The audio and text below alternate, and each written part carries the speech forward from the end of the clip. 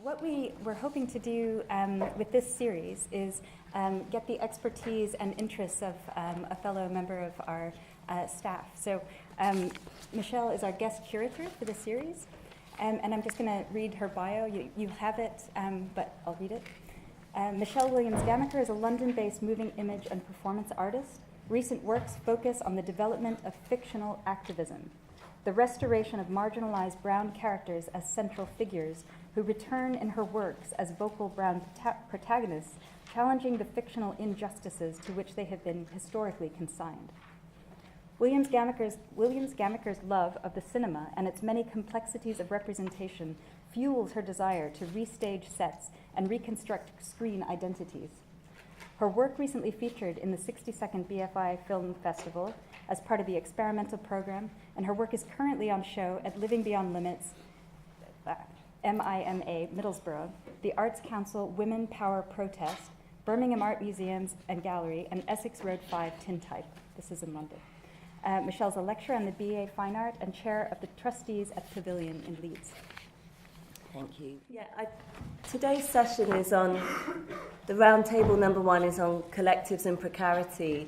We're going to introduce the speakers in a moment, but many of you will also know me within the context of a group that Samia, Malik and I have co-founded with Johanna called the Women of Colour Index Reading Group.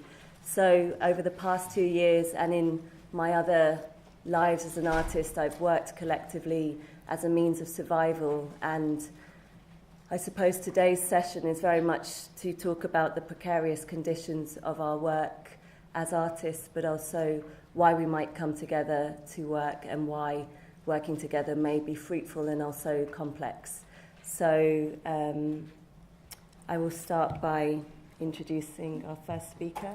Maybe just explain there'll be 3 presentations.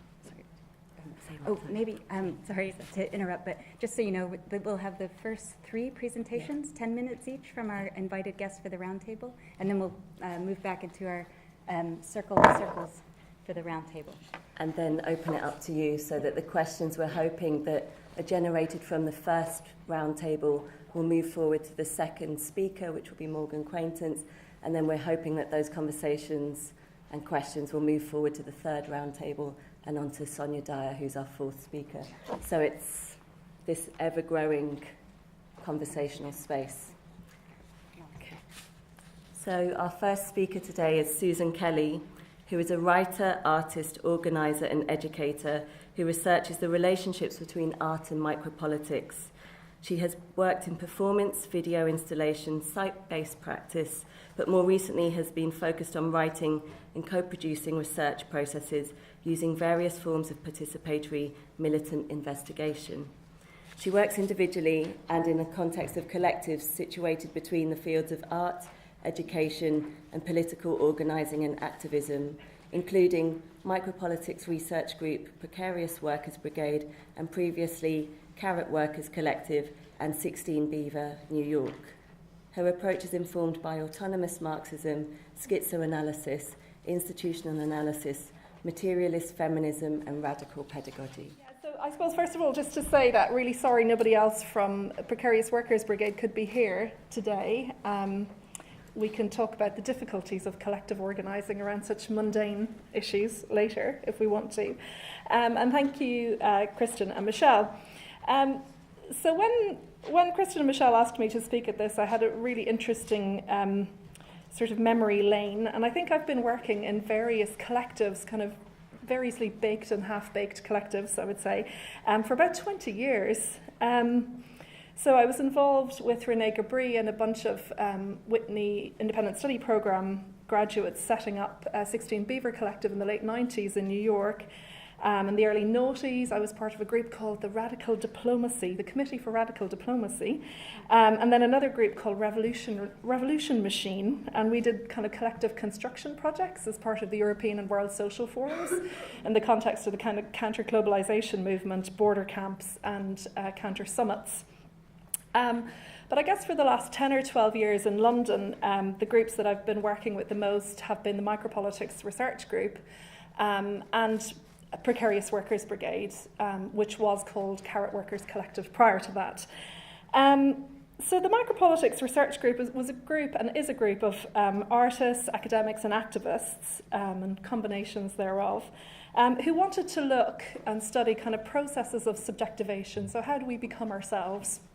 And how is sort of this third phase of neoliberalism, which is, it's Will Davies' designation, how does this sort of latest phase of neoliberalism sort of enact itself in our subjectivities? How have we become kind of embroiled in the process of reproducing capitalism in our everyday lives? And how does this affect, sort of what we think of as art making in the cultural field today? And it also started when a few of us got slightly better jobs in academia, and we wanted to see how we could use the space of the university to somehow think across the work in the art school and in broader social movements and in the cultural field. So the university always likes to bring big name speakers. So we would get some money from the university to get headline lectures and then try to use the people that we'd invited as interlocutors for groups and processes that we were involved in more broadly in the city. So we would read texts in advance and we would have meetings in different places with different constituencies. So these are a couple of examples of some of the sessions we had. So this one here with Brian Holmes, for example, we organised a drift across the squatted social centres, artist-run galleries and around the perimeter of the Olympic site in Stratford, which was under construction at that time. And we produced together a sort of walking collective analysis and mapping of questions of political autonomy, free labour and spectacle. A really important, so we invited people like Bifo, Sweli Rolnik, we brought over from Brazil. And this event probably was the one of the most important ones for us. It took place in 2009, where we got some cash to organise an encounter between a really amazing Argentinian group called Colectivo Situazione and a bunch of groups from Spain, Italy, Germany and the UK who were working at that time under this sort of rubric of Euro May Day. And this idea of militant research is still really important to me. We actually had a gathering in Barcelona a few weeks ago that was very much about sort of thinking about what militant research means today, 10 years after it sort of came into vogue as an idea. So some basic ideas from it. Militant research is always collective. It's always a co-research, where the production of knowledge is constitutive of the collective. So knowledge is produced at the same time as a collective is produced. And militant research always begins with questions. It must be genuinely open. So you might say then that it differs a little bit from some activist practices where we might already have the answers and we just want to recruit others to our analysis and our actions. Not that that's always wrong, but that's not what militant research is about. Colectivo Situazione and Marta Mala de Molina argue that militant research has its roots in feminist consciousness raising and participatory action research, workers' inquiry and radical pedagogy, because it uses the raw stuff of people's experiences for material for collective reflection. And from that reflection, a collective analysis is produced. So we don't always know in advance what it will bring up. We don't start with the answers. And importantly, and this is the sort of Freirean radical pedagogy side of it, that this reflection and collective analysis then feeds into a cycle of action, either with the research group as it's becoming constituted or in conjunction with existing social movements. And this again might be how it differs from academic research. This is how academic research might become militant, right? Because you don't just stop at the analysis then needs to feed into collective action. So in our discussions within the micropolitics group, recurring questions around the problem of free labour in the arts, in the charity sector, in journalism and the design field, for example, just kept coming up over and over again. So questions of internships, no pay, exhibitions, competitions, commissions, etc. And so we took this up as it seemed to be the most urgent in many of our lives. And the concrete issue of free labour really got at this subjective level of neoliberal control of desire and our life conditions. So the carrot became our figure. And so for those of you maybe who aren't familiar with the term, this idea of the carrot is this thing that it's held in front of a donkey to make him move along. So they talk about the carrot and the stick, so the stick might be the discipline, and the carrot is the thing that actually prompts you to move along. So we called ourselves the Carrot Workers Collective. So we wanted to look at how our desire was pimped as Swilly Rolnick would say, how our desire to make art and to avoid the discipline of 9-to-5 labour, our desire to be free, is precisely what is sort of taken up and used against us in a way. And it's also the thing that individualises us. It interpolates us into the precarious and competitive world, which is precisely why collectivising is so very difficult. So we produce things like these cartoons. You secretly believe that you will get paid because you were better than the others. Don't be a better intern, be a collective intern. We gathered lots of testimonies on people's experiences of free labour, anonymous, so we sort of had this donkey mask motif, because people needed protecting from speaking up about particular galleries, for example. Yeah, so you can see the masks. We produced a counter guide to internships. We workshopped photo romances to reflect on the micropolitical ways in which we get sucked into free labour, the ways that our romance around becoming artists and creative people gets exploited. We squatted and we staged job fairs at Christie's Education and elsewhere with a series of alternative stalls telling it how it is and providing support for working otherwise. So, for example, there were stalls for application laundering where you could write your own reference with some letterhead that we had, so you didn't have to do the internship for it. We did debt forgiveness sessions with a priest. We sort of had like one-to-one sessions where we could really sit either in twos or in small groups and really sort of think about the dynamics of precarity in our lives through these kind of mapping tools. We made bust cards to keep in your pocket to look at just at that moment that you were about to say yes to working for free. And then from this group, we developed a broader group called the Precarious Workers Brigade, partly because we were becoming wary of inadvertently privileging creative work as an exceptional site for precarity. We wanted to start with our own conditions, but also to figure out vectors through which we could meaningfully work with others around work-based precarity, but also precarity produced through housing and migration. So this was one of the first flyers that we produced in, I think, 2010, 2011, that you can see sort of borrowing some of the slogans from the Spanish housing movement at the time, for example. We organised, so this was all sort of happening 2010, 2011, 2012, so sort of around the time of the student movement, the anti-austerity movements, and around the time of Occupy. And in those demonstrations, we organised carrot blocks for demos, and we got involved in various occupations, the really free school, Arts Against Cuts, and all the rest that was going on at the time. And in the middle of it somewhere, we worked on a long and really interesting process with some people from Birkbeck Law School and some practitioners of theatre of the oppressed, Francis Rifkin, Nellie Alfandari and others, called Precarity, a People's Tribunal. And a People's Tribunal, in a way, was another form of militant research. We worked on 4 cases of precarity, developed with lots of different kind of group meetings and reflections. So the cases were on free labour, on institutionalised precarity, on migration, and on the body. So I can talk more about this later. I don't really have time now. But this led to a lot of changes of direction in the group. So we began to work quite a bit with Boycott Workfare, with Southwark Notes and the Elephant and Castle, with anti-raids groups, and with LAWAS, the Latin American Workers Association, which was a sort of early iteration of UVW, the United Voices of the World Union. So, for example, this was a series of flyers that we made from workshops with LAWAS, who were trying to do that. There was a lot of deportation raids happening mostly around Elephant and Castle, actually, at the time. And so we workshopped these flyers and translated them into several languages, and we would distribute them around the kind of cafes and the restaurants and the bars in the area, so that when there was an immigration raid, people knew their rights. And then, for example, when we were working the Barbican on their free labour issue, they were advertising for free internships. We also discovered that the cleaners were having a campaign there too, because they weren't having any sick pay and they were being paid the bottom of the minimum wage. So we worked with UVW on supporting a cleaners campaign there also. So just to finish up, what does the collective allow us to do? I would say collectivity was necessary for us as a response to precarity. to housing precarity, debt, and the sort of molecularization in a way of power as we were feeling it in our lives.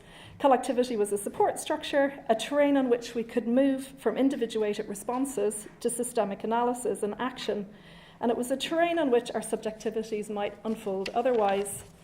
I would say collectivity allowed us a space to develop our thinking, our ideas and our actions in ways that weren't immediately recuperated into the art system, that privatizes, hierarchizes and reproduces the problems of competitive individualism that we were trying to address in the first place.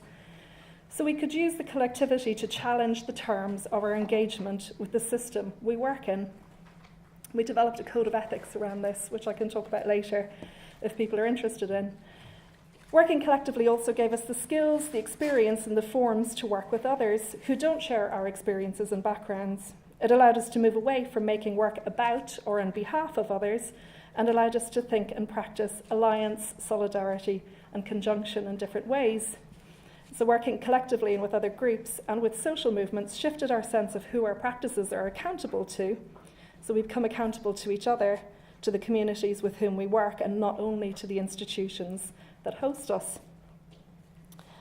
Working collectively is really hard, and I think we can talk about this maybe later. Practically, it's really difficult. It's really difficult to get people in a room together in London. Every year it gets harder somehow. But also people come to collectives with really different needs and desires and expectations and urgencies. And so there can be a lot of conflict. So in our group, for example, we decided that we didn't want to take up invitations from institutions to do kind of relational art projects. That's not what we wanted. So we developed a code of ethics that sort of helped guide us when we said yes and when we said no. And some people really actually just wanted to take up every invitation. Yeah. We had other moments where we had to decide what to do with money. So we would be paid to do talks like this. And some members of the group were really financially precarious, others less so. And so did we use that as a wage redistribution, or did we pool the fees to pay for book publications, that sort of thing? So we constantly had to negotiate these really different sort of issues that were going on in the group. So it's not a straightforward process at all, but I think we remained really committed to it because what the group gave us and what we could do as a group was so much greater than what any of us could have done on our own. So I think I'll leave it there. I think I've probably gone over 10 minutes already. So the collaboration I'm going to be talking about this evening is actually on a kind of long-term hiatus, which I think is quite a common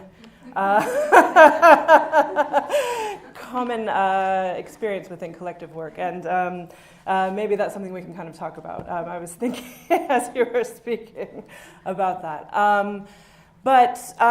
So to give you a little bit of a background, I'm going to be talking about a group called I'm With You, which was constituted by myself, R. Justin Hunt, Krista Holka, and Susan Butler. The group circulated primarily around performance, but often in conversation with text and photography. While there were sort of four core organizers or producers of the project, the grouping often kind of expanded and contracted to include a variety of collaborators, co-conspirators, audience members, and participants. The project began in the back garden of the house that the four initial collaborators shared in London in 2009. Which you can see sort of in the background there, and a sort of self-reflexivity about that kind of particular situation motivated an ongoing interest in queer domesticity as a connecting thread for the various investigations we undertook.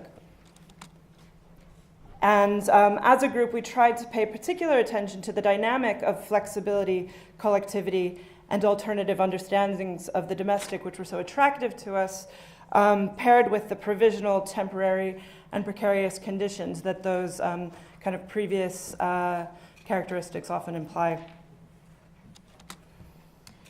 We tried to bring our attention to this dynamic in our work, and also to the ways it often structured our own day-to-day lives in ways we may not necessarily have been conscious of. I'm With You was an opportunity for us to work through some of the politics of queer domesticity, as well as a place to create space for emotional or physical reactions to these politics. And a kind of, I would say, ecstatic mode often characterized the events and interventions we collaborated on. Somehow a kind of intensity of experience was kind of key to what we were doing. Not so much, though maybe a bit, as a sort of critique of the bourgeois home and its kind of representation as a sort of placid, repressed space, but more as a way of activating or maybe framing a certain heightening of experience we felt in relation to our own domesticity.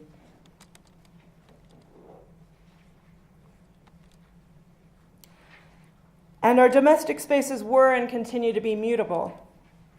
A lot of work we made together happened in the context of queer nightlife, about which a lot has been written in relationship to queer kinship.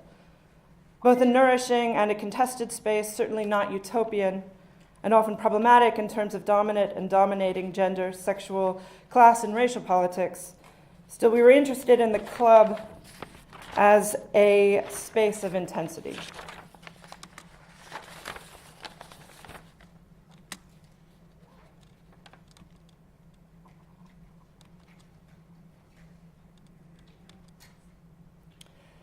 But sometimes it's important to get out of the city.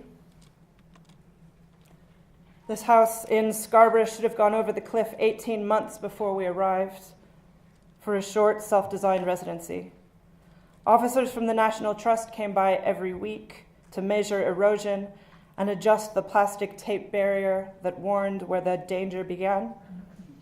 They were waiting too. When the house finally did slide, the eroded land reverted to National Trust protected area. And so I'm With You made a series of responses to this house, a kind of literalizing of our interest in precarious conditions. And these responses were both live on site and in text and photography.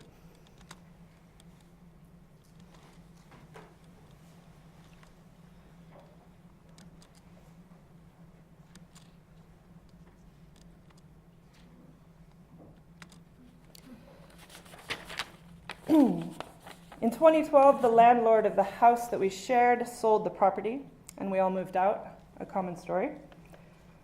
By this point, I'm With You had already begun experimenting with work outside of our own domestic sphere and moving into a series of kind of encounters, more or less authorized, with a variety of institutions, both legitimized institutions like the Hayward Gallery or Rivington Place or the Royal Academy, but often, more often, self-defined or repurposed.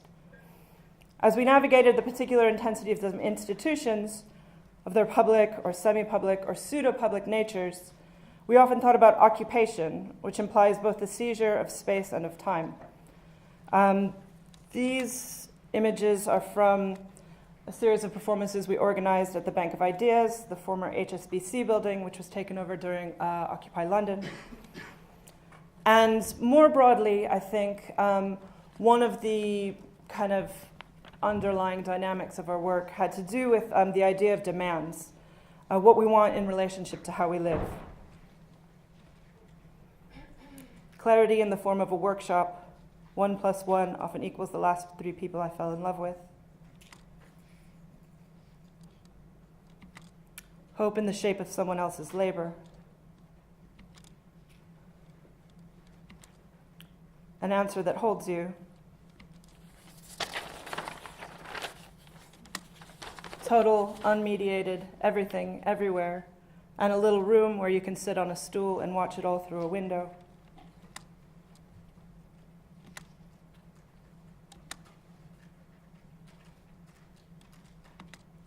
An ethics of punctuality.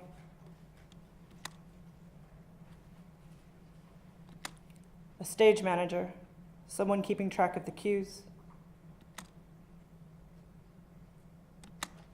Some mind reading, kinship without familial obligation, kale.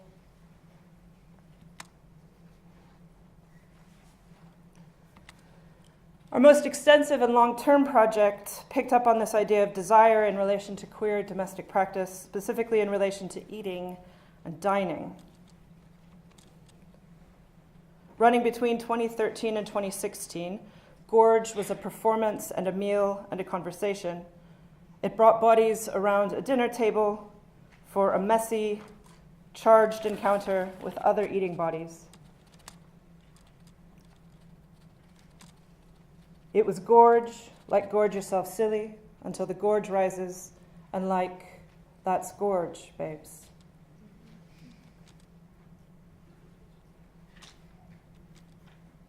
Each event took on a different framework. Table manners, ingredients, the takeaway, chicken, service, fruits.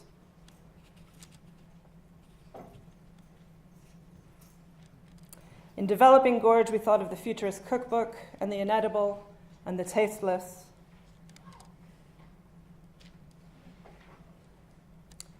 We thought of wholesome, nutritious Fluxus acts, and when we tried to make a salad, we accidentally deep-fried it.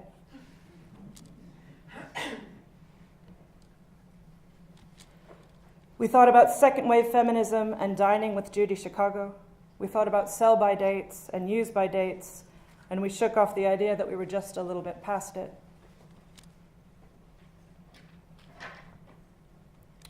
We thought of food as incantation and pleasures that made us feel bad.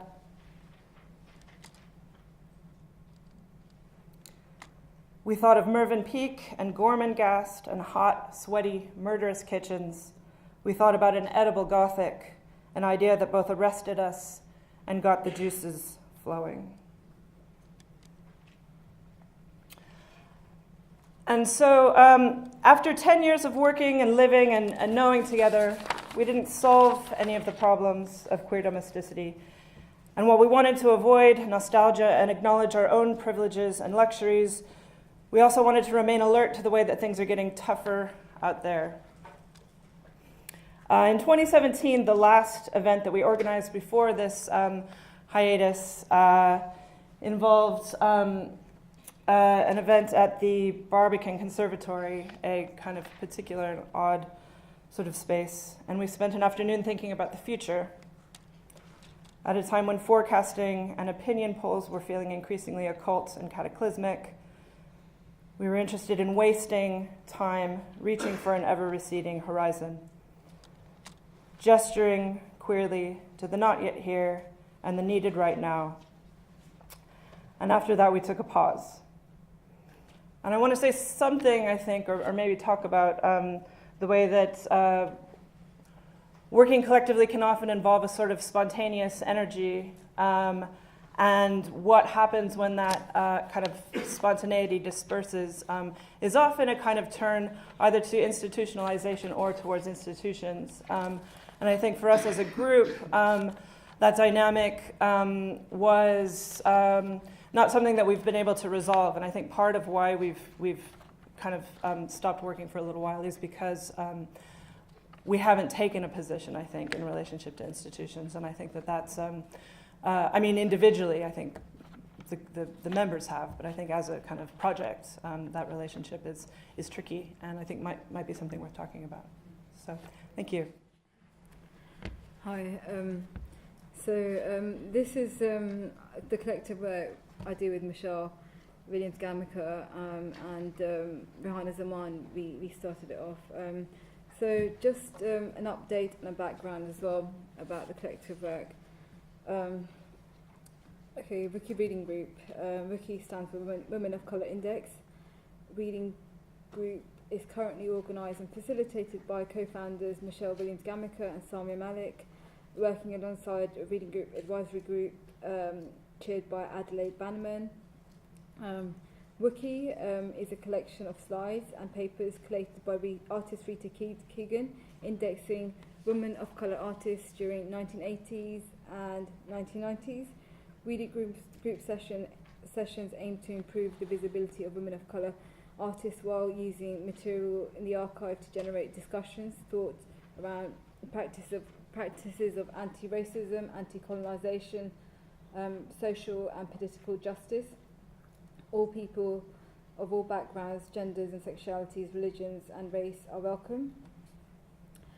In October 2016, Wiki Reading Group was co-founded by artists Samia Malik, Michelle Williams-Gamika and Johanna Zaman.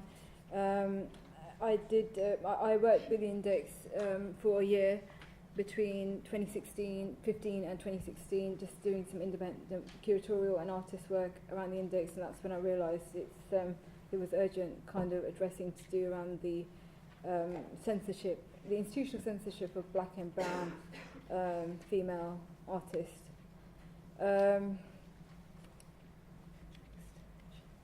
Okay, so I'm just going to run through a slideshow presentation that was organised by myself and Michelle. Okay, so this is our, we've done quite a few reading groups, well, one reading group at least in the past 2 years. So this is kind of a very sort of brief kind of a presentation of what some of the last few reading groups and some of the earlier reading groups. So this was one of our last reading groups in London. It wasn't the last, it was the second last. And this was taking stock at East, eating at the same table in Fantasy Art School at Bold Tendencies in September 2018.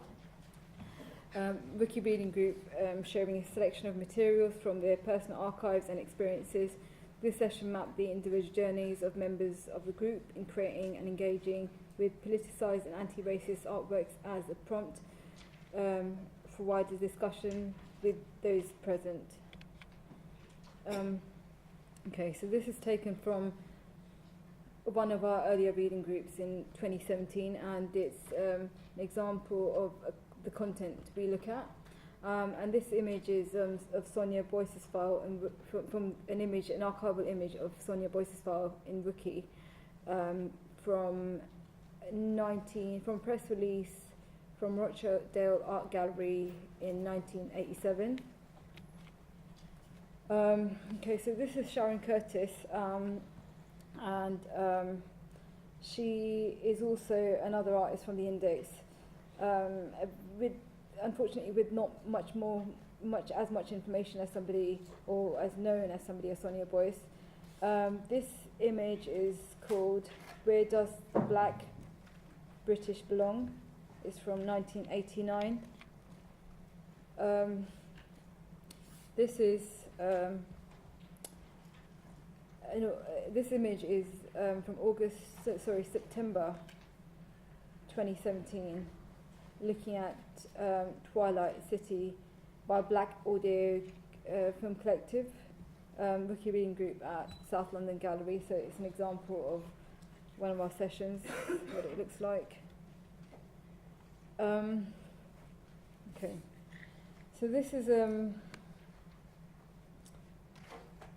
the first Wiki Reading Group at the Tate Library, exploring, activating, indexing representations of cultural identity within the Panchayat Special Collections at Tate with Shireen Mirali, looking at equal opportunities in the era, that's the name of the booklet, equal opportunities in the era, in the new era, by Anne Marie Davies, Janet Holland, Rihanna Minas.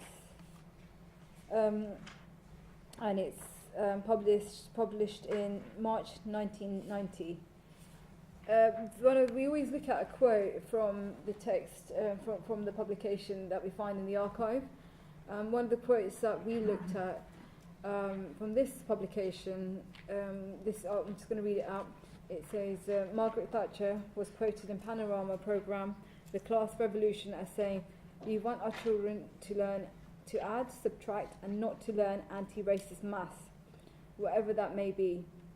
The Prime Minister's views legitimise the claims of the media and the right-wing educationists that anti-racist education distracted from the real endeavours.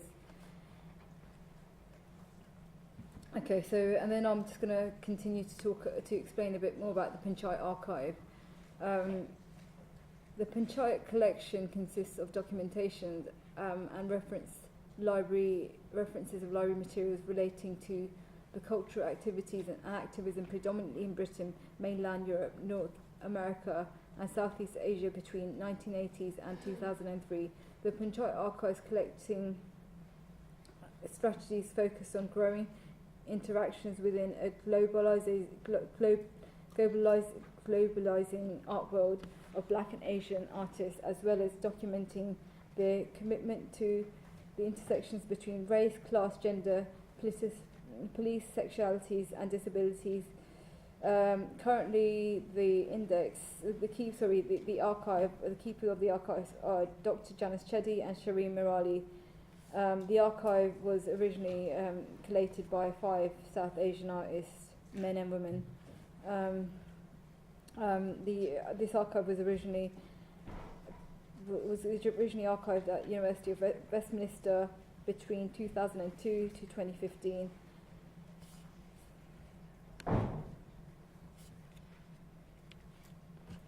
Okay, so this is another image of the reading group that we did 5 sessions in 2018, one every month, looking at the Panchayat archive.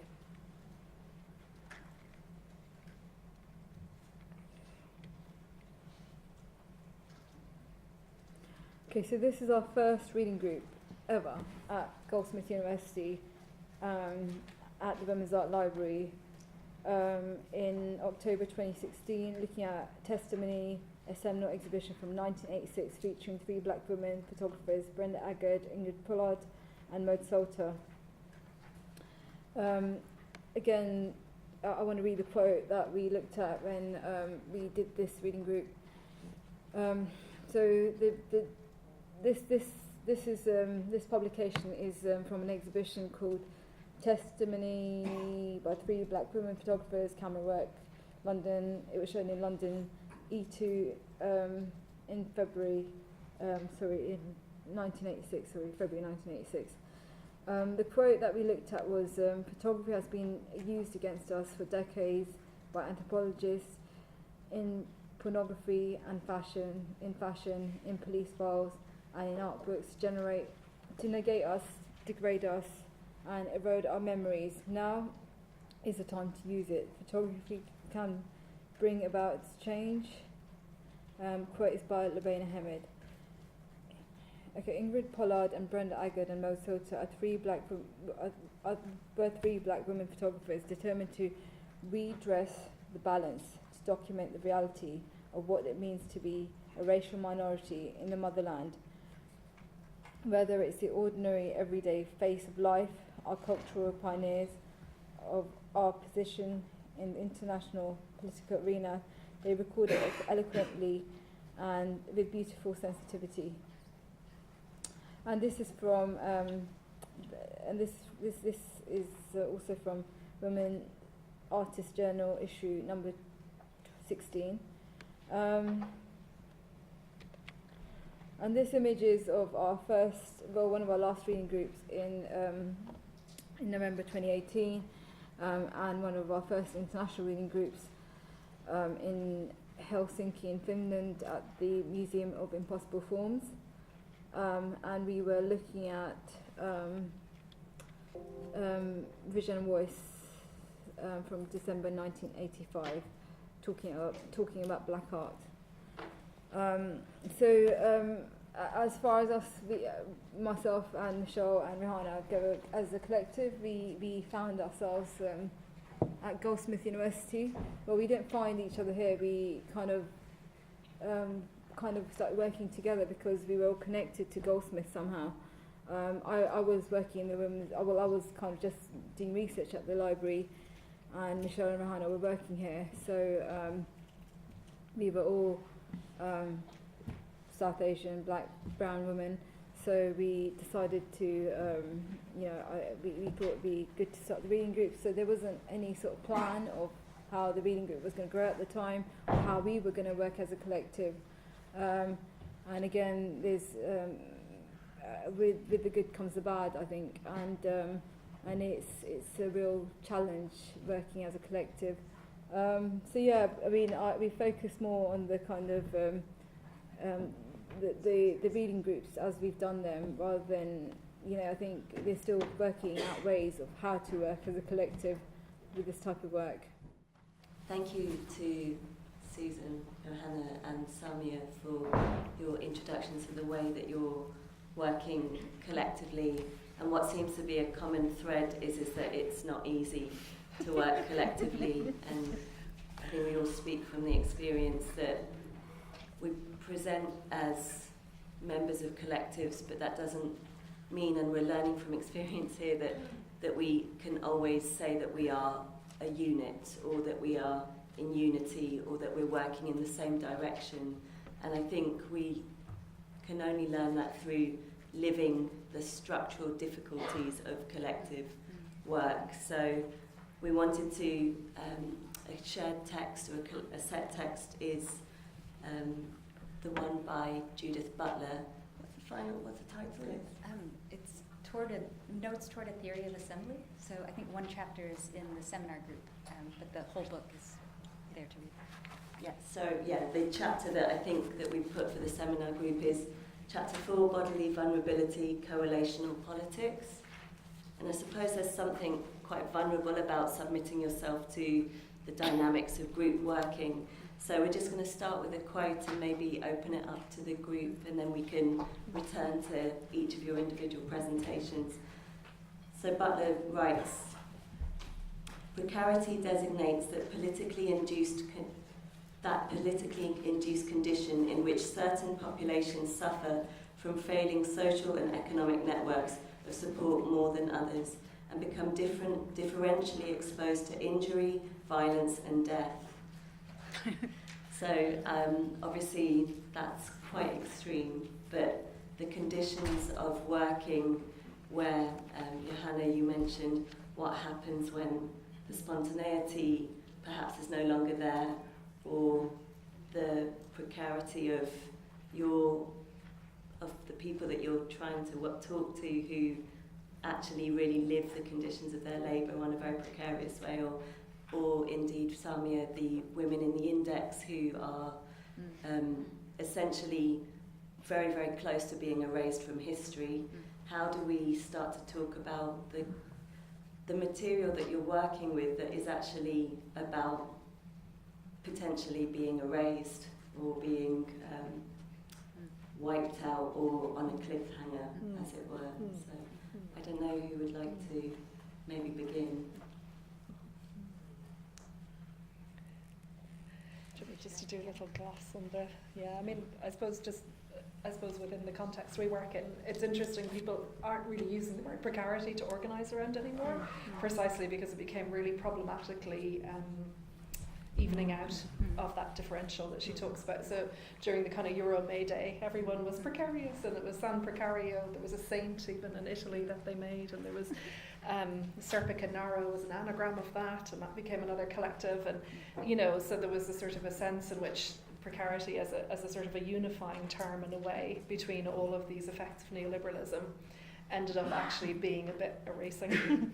And so people stopped organising around that term, and I know it's certainly been a factor in our group as well, where when we started to work with different groups like Lawas and whatever, that we were very, very aware that we had to be super careful not to either homogenise, but also not to recenter the precarious creative worker at the centre of that. So I don't know if that starts as a...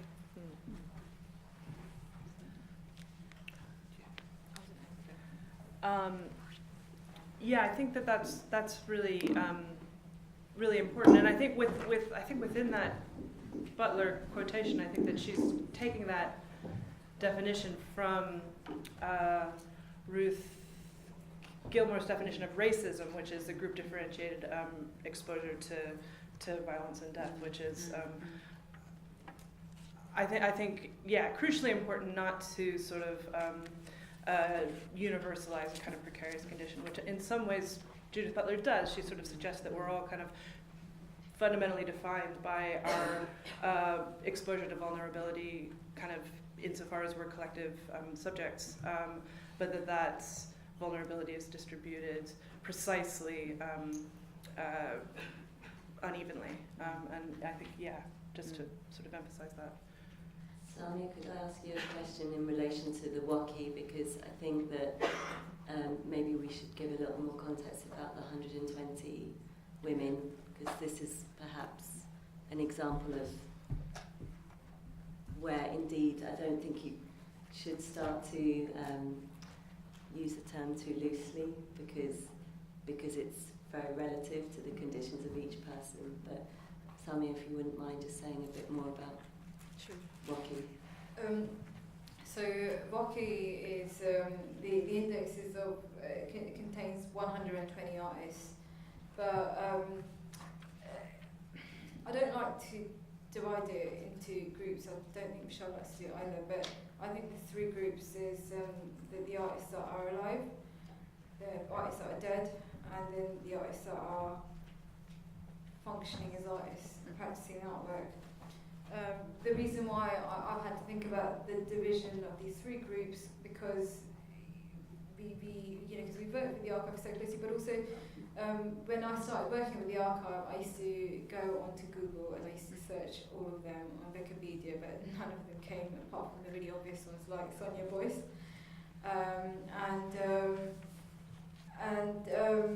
So then I started to wonder what happened. I mean, a lot of them, not lots, but quite a lot of them have died. They died at young ages as well, which was quite shocking. And then the other question was, okay, so the ones that are alive, where are they?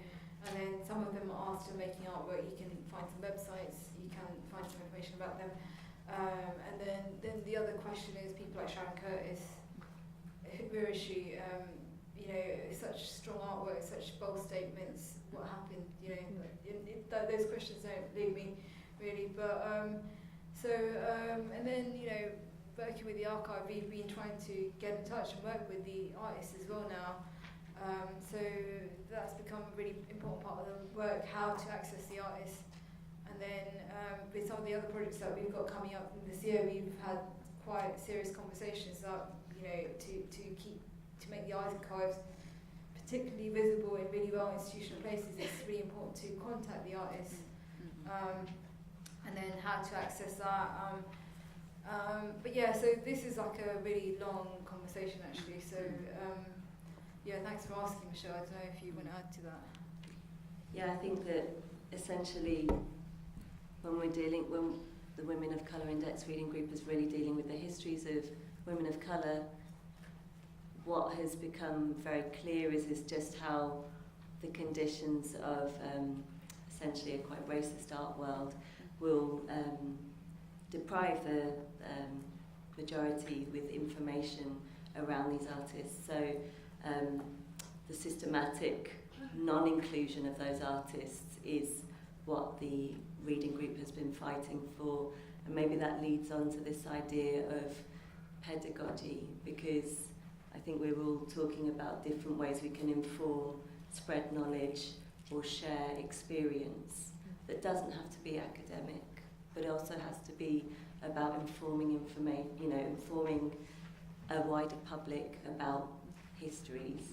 I think that's been one of the kind of more covert strategies of Women of Colour Index Reading Group to position information about this specific index back into mainstream educational and institutional spaces, so into the curriculum, for example. And of course that is such a slow process, chipping away. But maybe would you like to take it somewhere else first? No, maybe a compliment.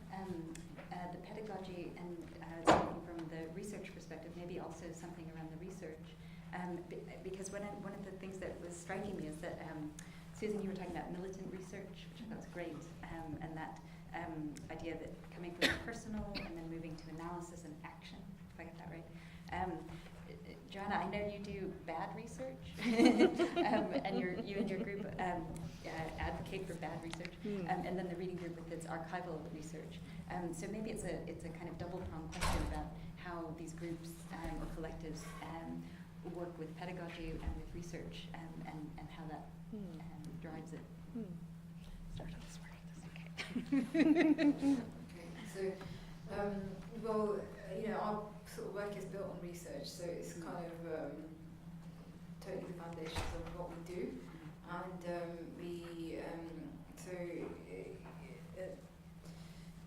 research researching means for us, it's quite academic, I suppose, as well, really theoretical reading.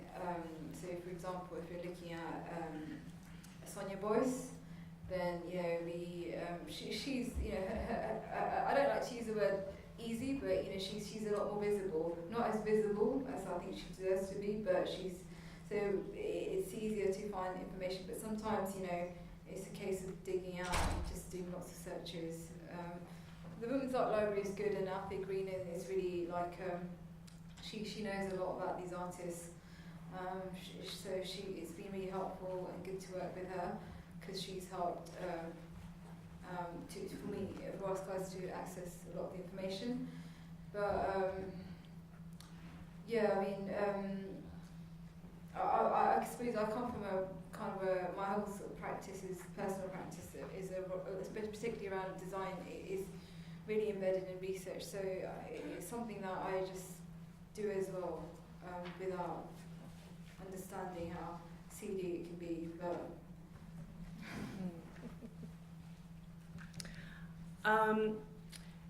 I can say so. So I think one thing that the group I work with was playing with for a while was the idea of the bad essay, which sort of came from reading Theodor Adorno's Essays Form.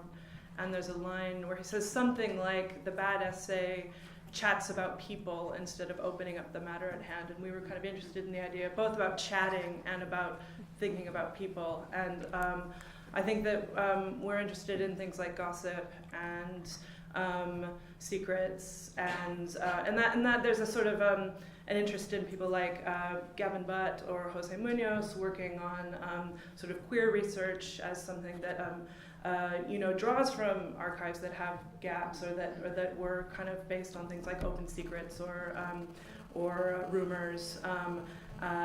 The idea of kind of ephemera as evidence, as Jose Munoz describes it, was something that informed and I think continues to inform the work that we were doing. And so the idea of the bad essay, or the idea of a kind of bad research unit, was something that kind of there's something sort of juicy or sparky or kind of enjoyable, I think, about thinking in those terms. Does it inform your teaching? I don't want that question to get lost as well. Pedagogy? Yeah, so I think that we have, it's kind of an interesting, maybe this is an interesting thing to talk about. So as a project, we operated without any sort of regular funding, and we got a little bit of project funding here and there, but if we ever got funding, it was primarily to come in and do workshops in situations like this, or for a lot of times in kind of drama departments as well. And so the idea of kind of developing a sort of infectious sort of research practice that could kind of semi or sort of be maybe a little bit kind of parasitical onto an educational institution was something that we were working on, and we certainly didn't make a lot of money doing that, but I think it did. We certainly have used the idea of bad research or the bad essay as a kind of organizing tool for workshops, for encountering kind of student environments. Yeah. Sure. I think that sort of slow curricular work that you're talking about is really important too. That the sort of how you use these things that do come in the form of invites to discrete workshops and then actually insert it into the architecture of a course is really, really important. And I think that's sort of one of the things that's happening with Wiki, I hope here as well. And I know something that we do quite a lot is like the professional practice, the kind of crappy professional practice seminars that we have to do where the Arts Council come in and tell you how to write a grant, and somebody else tells you how to get a tax number and whatever.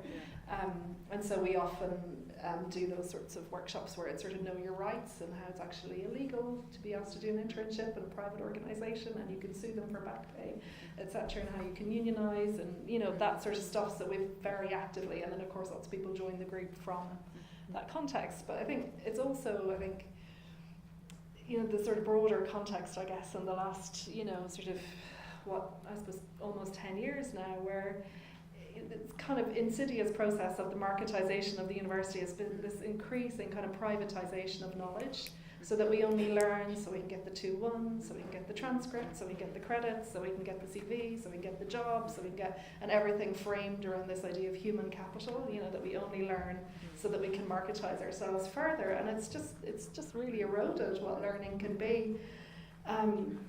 And I think, you know, for me, the sort of thing about trying to remember and look at and educate ourselves around practices of radical pedagogy and action research is about, okay, thinking about how can we bust out of this? So how can we move from the seminar on BFO and precarity to the picket? You know, how can we democratise the election of the warden? You know, how can we start to make demands both here and elsewhere that sort of mean that our knowledge has an implication in the world that isn't just about our CV building, you know. And I think that's an imperative actually in the university now, because when it gets trapped into the production of human capital and profit, knowledge for profit, that's really scary to me. Yeah, and I hate radical talk proliferating in this sort of bubble somehow. So I think there's a sort of an intervention at the level of the curriculum that I think a lot of us are really involved in. I think it's super, super important. And then there's this other level about how do we move from the analysis to action, and what does that look like? Okay, it doesn't look like a demo, or it doesn't necessarily look like some, you know, obvious thing, but how do we make sure that our knowledge means something and goes somewhere and is implicated in the world beyond our CVs? So maybe to follow on from that point, I think to speak on behalf of the group work with Wiki, I think there was a moment in which part of the pedagogy was shaping our own knowledge, and what we found out, or we started to understand when we came together, was how was it possible, after having several years in an art institution, that we were not familiar with another history, that, you know, The Other Story, which is a famous kind of seminal show from the 80s, that we didn't know the names of these women that we were essentially invoking. So part of every reading group starts by reading an excerpt of text. So Samia already gave some examples of that, where we collectively read the words of an artist, and all of a sudden we have to kind of conjure up somebody who's literally been missing in our degrees, which actually makes us angry, makes us emotional, makes us question education itself and what information is being disseminated to you collectively. So the slow curricular model is extremely frustrating in that it can't go fast enough, and our anger is such that we'd like to demand it to be fast, but the structures don't work that way. So I wanted to come back to your point, sort of to paraphrase you, Susan. You said something about that you started looking at that collectivity was necessary, but that a support structure was developed from an individuated response to a structural analysis. So I wanted to move as a group to talk about the knowledge that you've been acquiring collectively that can start to attack or probe the structures that you're working in.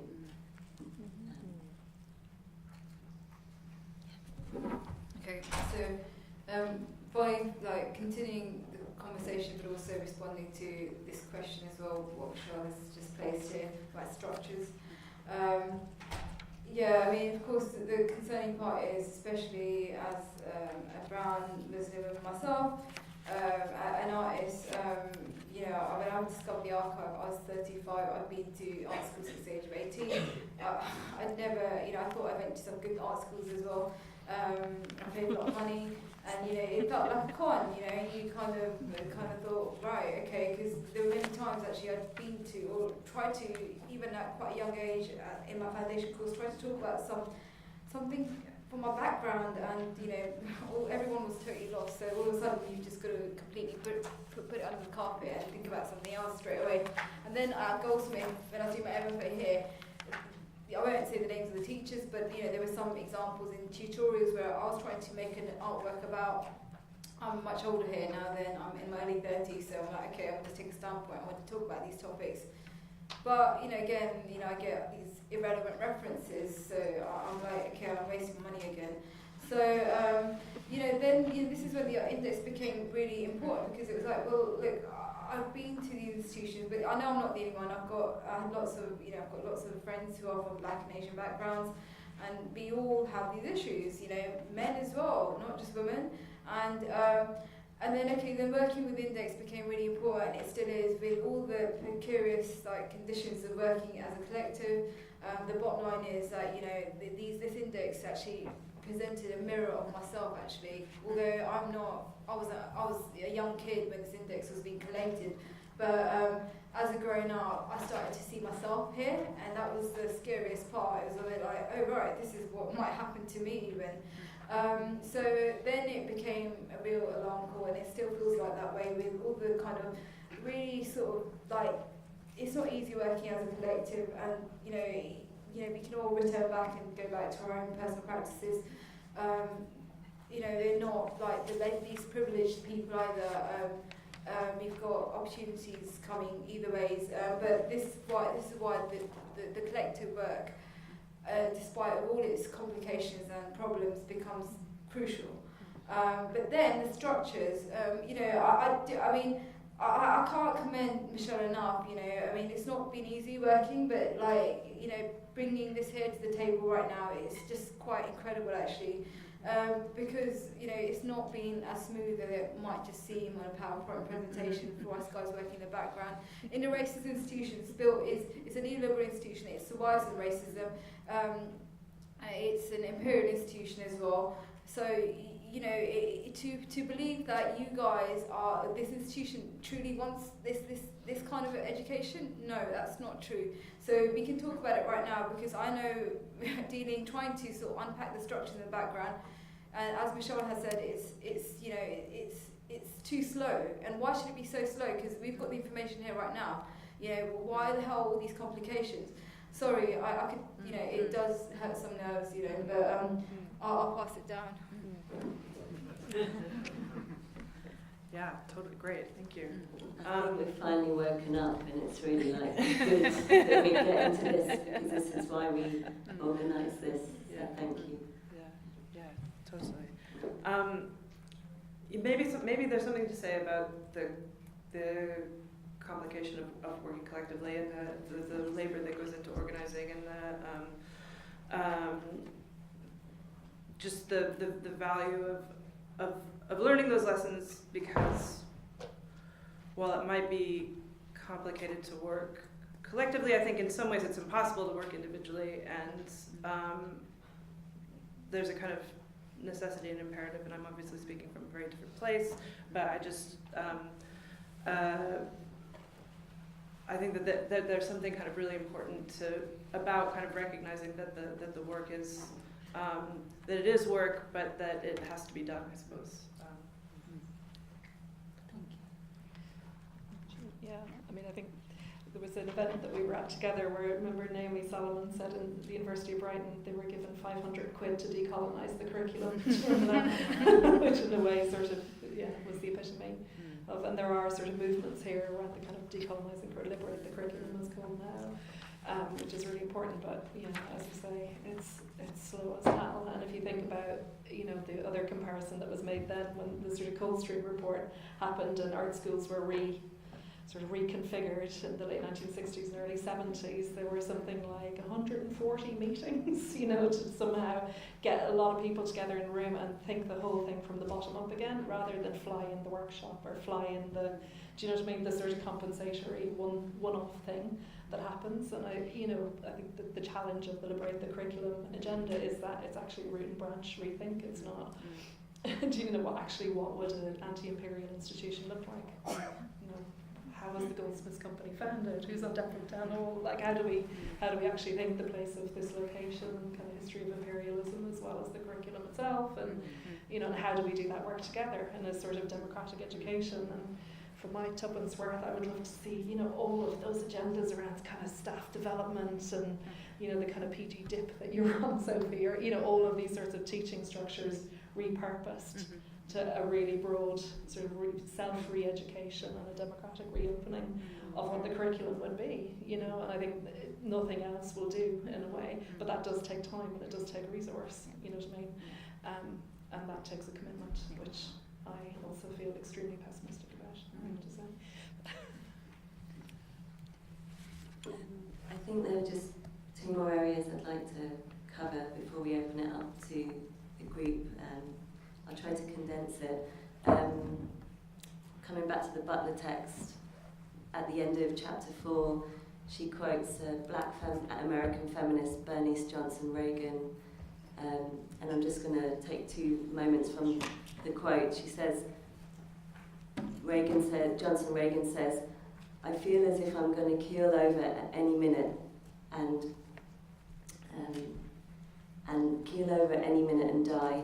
That is often what it feels like if you're really doing coalition work." Just going to skip a bit. You don't go into coalition work. You don't go into coalition because you just like it.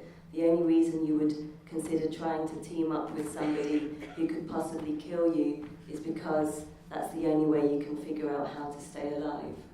And so, I guess using that quote, I want to come back to the code of ethics that you've been developing through the deep cover of going into the institution, which if I quote someone like Alexis Pauline Gumbs, who talks about kind of going deep and deep cover to try to understand what you're working with, and Samia, to you, to work with institutions like Tate and you know, other spaces where have got complex histories around inequality and use of labour, and also to you, Johanna, about actually actively sometimes avoiding the institutional space to find an alternative space for queer domesticity. Can we talk quite broadly about knowing your enemy and understanding their language and maybe overthrowing that with the knowledge that you're gaining through the collective work?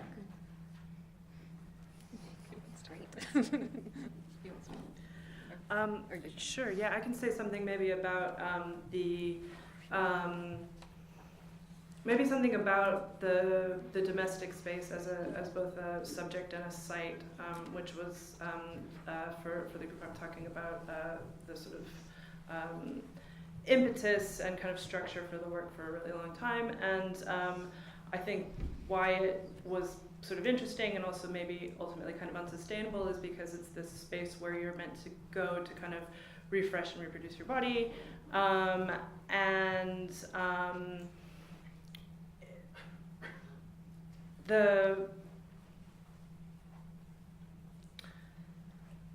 think the sort of structure of kind of the ability to kind of take a critical position on that is difficult when you're kind of also sort of in it. I don't know if that makes sense, but that's something I've been thinking about in relationship to this question about the institution. The idea there's a sort of sense of the domestic as, I mean, I think that nobody's thinking about kind of the domestic as outside of anything anymore, but nevertheless, I think that there was, for us anyhow, and I assume that for a lot of people, the idea of finding a kind of a sort of outside space is really appealing, and but maybe sort of necessarily temporary. I don't know.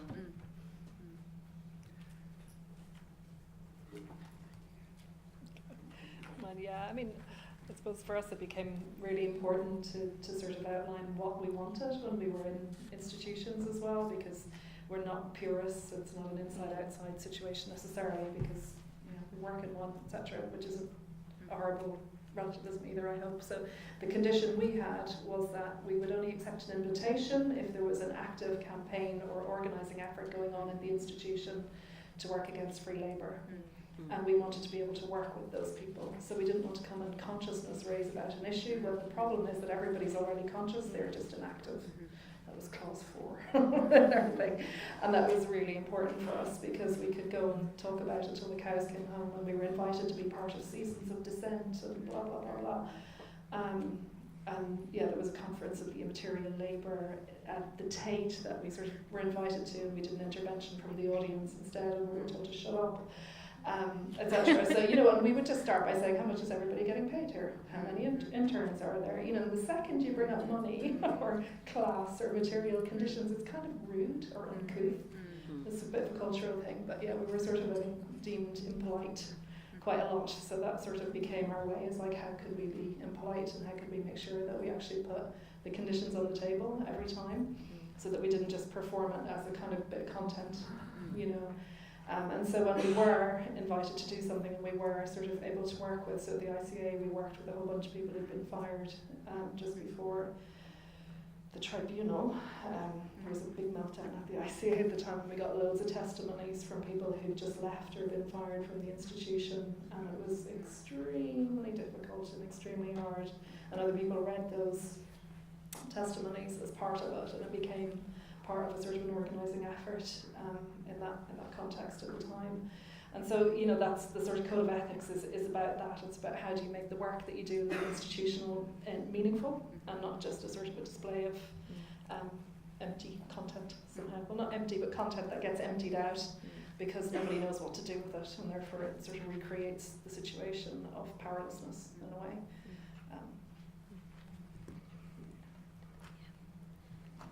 Do you want to say anything, and then we'll open it up to the group? Charlie?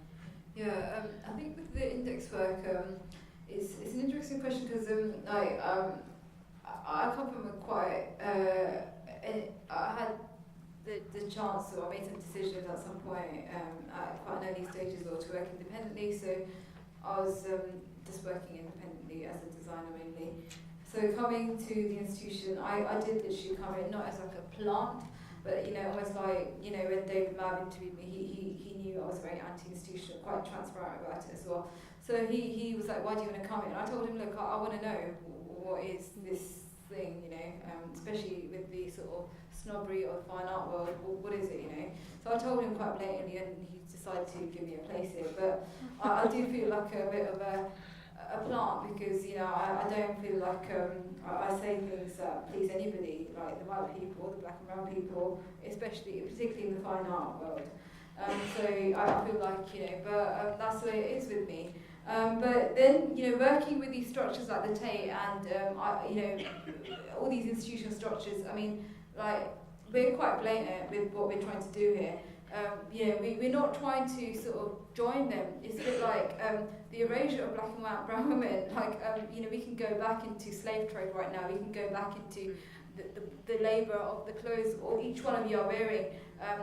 The erasure of black and brown women, the death and the killings are not, you know, it's just like unbelievable, and to the point it's not even spoken about. So, you know, trying to give these a black or brown woman a position within the institution, it's not a case of like, let's join them or find a space. It's a bit like these structures, they're the powerhouses, you know, of the kind of civilization we live in. If we can't get identified or get any sort of placement in these structures, you know, I don't know. I mean, it's a bit like we can't talk about the other issues either.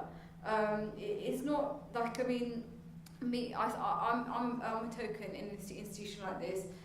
So is Michelle. Most black and brown people are. We're all tokens. We were kind of cherry picked out of whatever the hundreds, and, you know, we're here to tick your diversity boxes.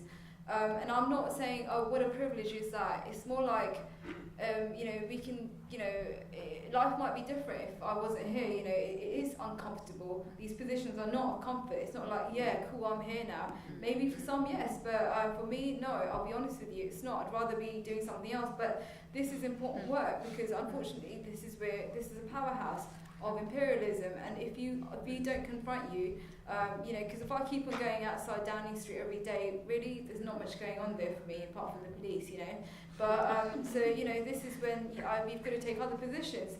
And then we're working with the Tate. We're quite blatant. Like, we want to get paid. We need to get paid. We can't keep on doing these services and providing them some sort of decolonial project that they want to, you know, tick their the trend boxes or whatever they're trying to do. So we're not trying to fill up the trend boxes either, but we want to build a sustainable kind of work ethos that is totally embedded in infrastructures. But to get to that point, I mean, it seems mountains really. But yes, but pay is different, and I totally respect how the pays of other workers as well. But we're very upfront, like we have to get paid, and they don't want to pay us normally, or they want to pay us less, but they have lots of money, so you have to put up the money. They want to give you one fee for the whole collective. Yes. Yeah, that's the other one. Yeah. So thank you, because it's totally essential that we confront the spaces, like the kind of place that we have to work to have the conversation that we're having now.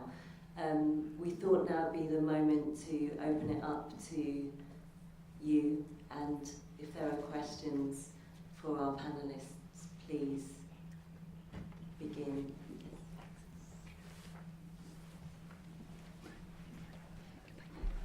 I'm curious, I think you've already touched about some of the things that I'm going to ask about, but I guess I would like to know from your experiences if you've developed any methods or if you found any solutions to deal with collective or individually in your collective stuff like burnout and mainly that, and also like this frustration that you've already expressed about like the slowness of the work versus the urgency of what the work is about and trying to achieve, and then also, this is maybe a separate question, if in your collectives you have some kind of strategy of like dismantling like top-down structures and these systems that exist outside that you are also like you're organizing against. Yeah, that's a world of questions there, I think. Burnout.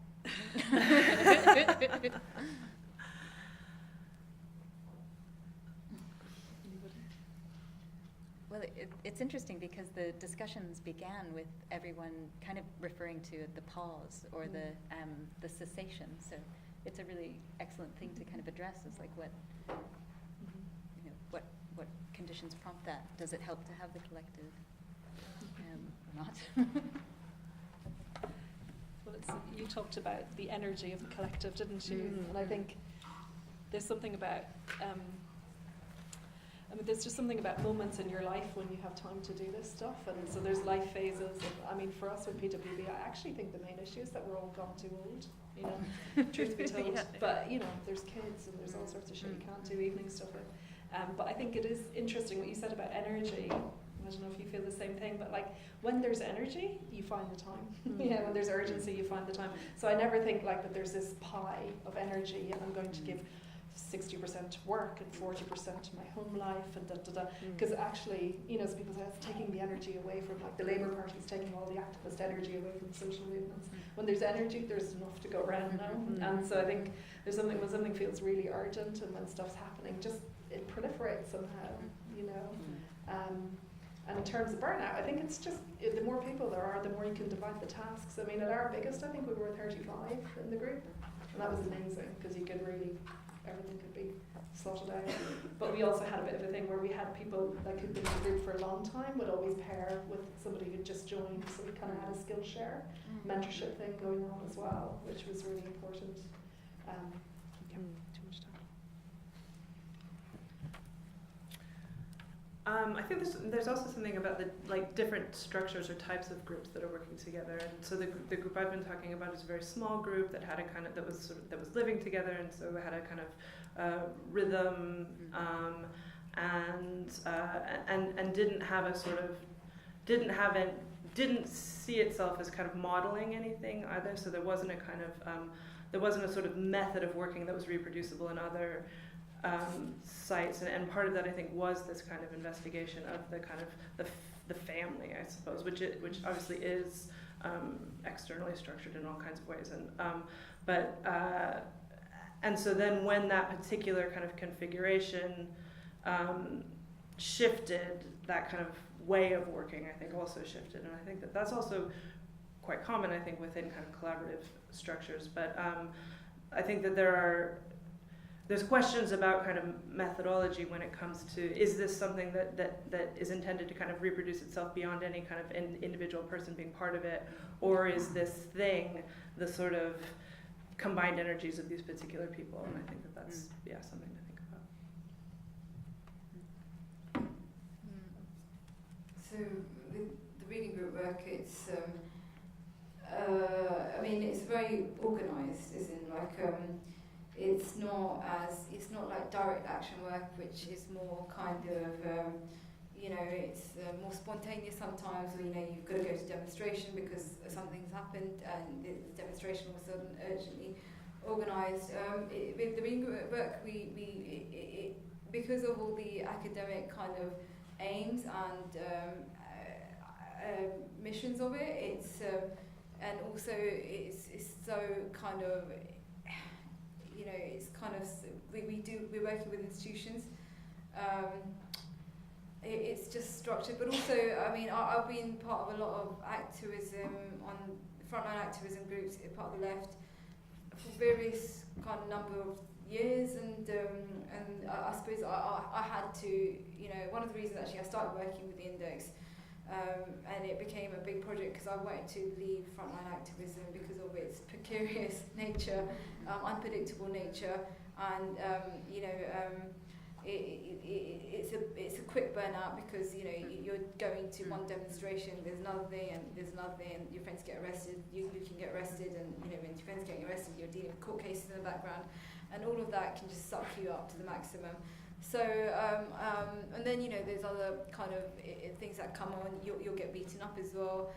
So there's other issues come around just about general survival with frontline activism. So when I found the archive, it was just at a period when I stopped doing a lot of frontline activism. So the archive became kind of like, this is going to be this is an action of activism as well. So, but then activism became, for me as a personal, like, it had to be organised, and that means it had to have a form of health and sustainability to it. And then that means that I understand. I mean, like when there isn't a good a sort of an energy in a demonstration, or in an action, it can kind of give it kind of a feel or energy. But with this work, because of the academic nature, I'm not saying it's dry, but it's the way it is. It's lots of emails, it's lots of admin, it's a lot of, it's just the way it is. You're doing it on your own sometimes, or you're passing emails to each other all day long. Yeah.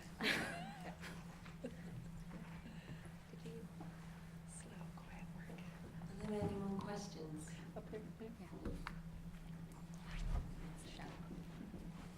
Email burnouts. It's definitely real. Admin burnout. Hi.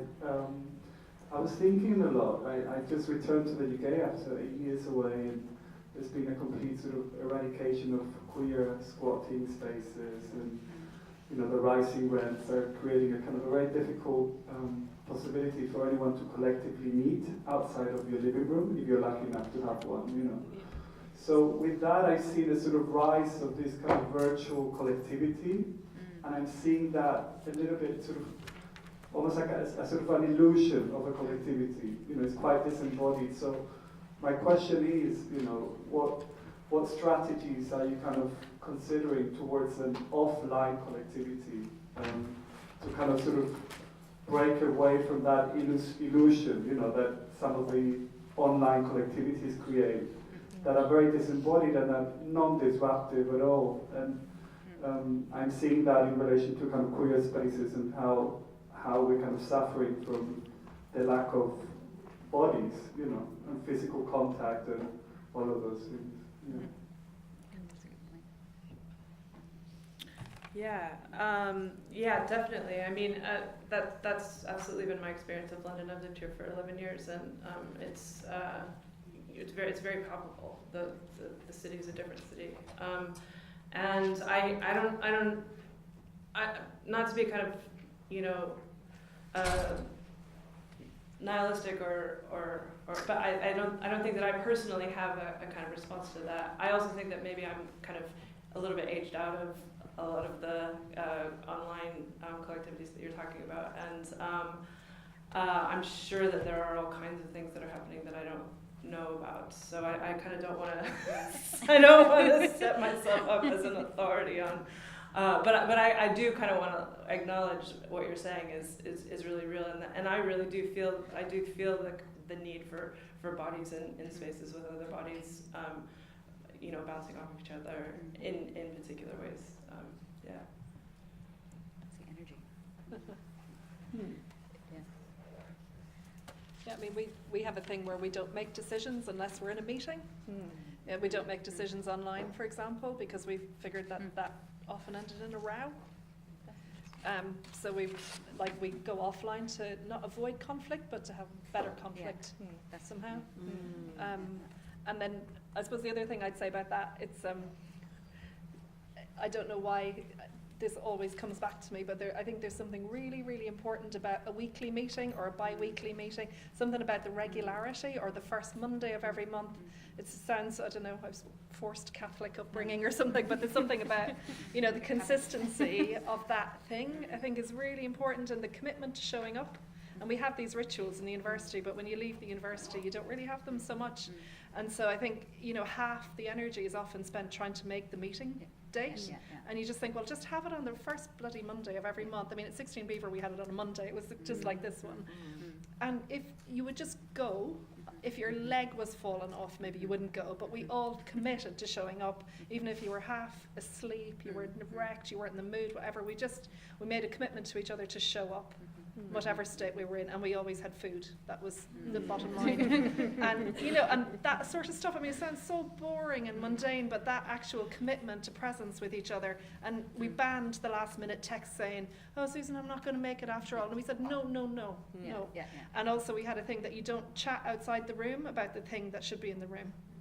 So that, like, a couple of little things like that made it sort of around conflict and presence and commitment to each other, I think really helps the collective work a lot. And then really try keep the online stuff just for quick back and forth.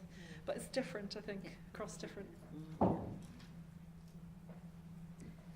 gosh. There's two more. Are you guys okay to stay a bit longer? We've got two more. Maybe we could take them together. Yeah. Should we take the two questions together, and then we can that can be our final. I'm just going to read that because I lose track of this. So I was thinking, hearing some of the things that were said, that maybe collectivity, given that artists in the art world really strongly encourages us to kind of structure ourselves and to reproduce ourselves as individuals, might be kind of a way of remedying that, to sort of to challenge that cult of individualism, and then therefore to challenge the precarity that becomes associated with it. At the other end of that stick, I feel like there's kind of a tension, and when you talked about all of the collectives you're involved in, they all seem very committed in a political way. That shared commitment at a certain point might also erase a kind of difference. One thing I found really interesting and really kind of enlightening was when Samia was talking about your own experience of not recognizing yourself in what is true of the kind of collective agreement of the university. To what extent, in a politically committed collective, voices can still, in some sense, become erased or marginalized or just left out, and what kind of space within, or have you in your experience, I guess, of working in collectives managed to find a space for kind of shared horizons, or different horizons, but still kind of working together somehow? Sorry, I don't know if that is structured properly. Yeah, really good question.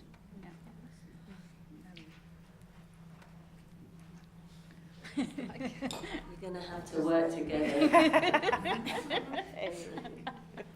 And to touch on it briefly there, I was wondering, within the different collectives that you've been involved in, how you made decisions, like whether you were trying to aim at consensus or whether it was kind of a majority thing, and how you think that those, and how you resolve internal conflicts, and how you think that those ways of working and those structures affected the work that you then produced or enacted.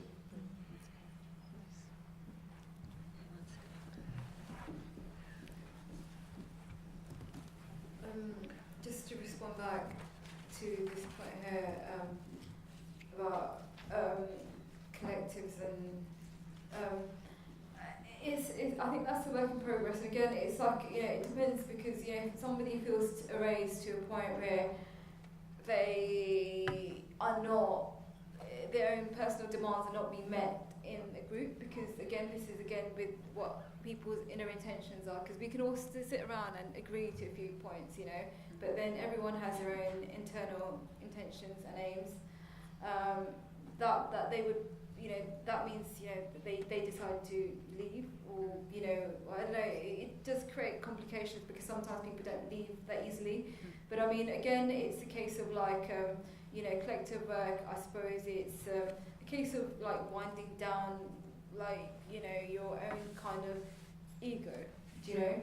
And of course, if there are points when, people will feel erased, because it could be like a case of she did that, he did that, she said this, and all of a sudden you're going to feel erased. But again, it's a case of reinserting like what you're trying to do with the work, because that's just one moment. Or not, I'm not trying to minimize it, but if you look at the bigger picture, is it worth destroying a collective, or the work of a collective, or your position in a collective? Because so it's a case of, I suppose, checking yourself sometimes as well. And talking, good communication, I think, is really, really important. But again, that sometimes doesn't happen either. So that then I just think it's a case of what the vision is really at the end of the day. And so that's my response.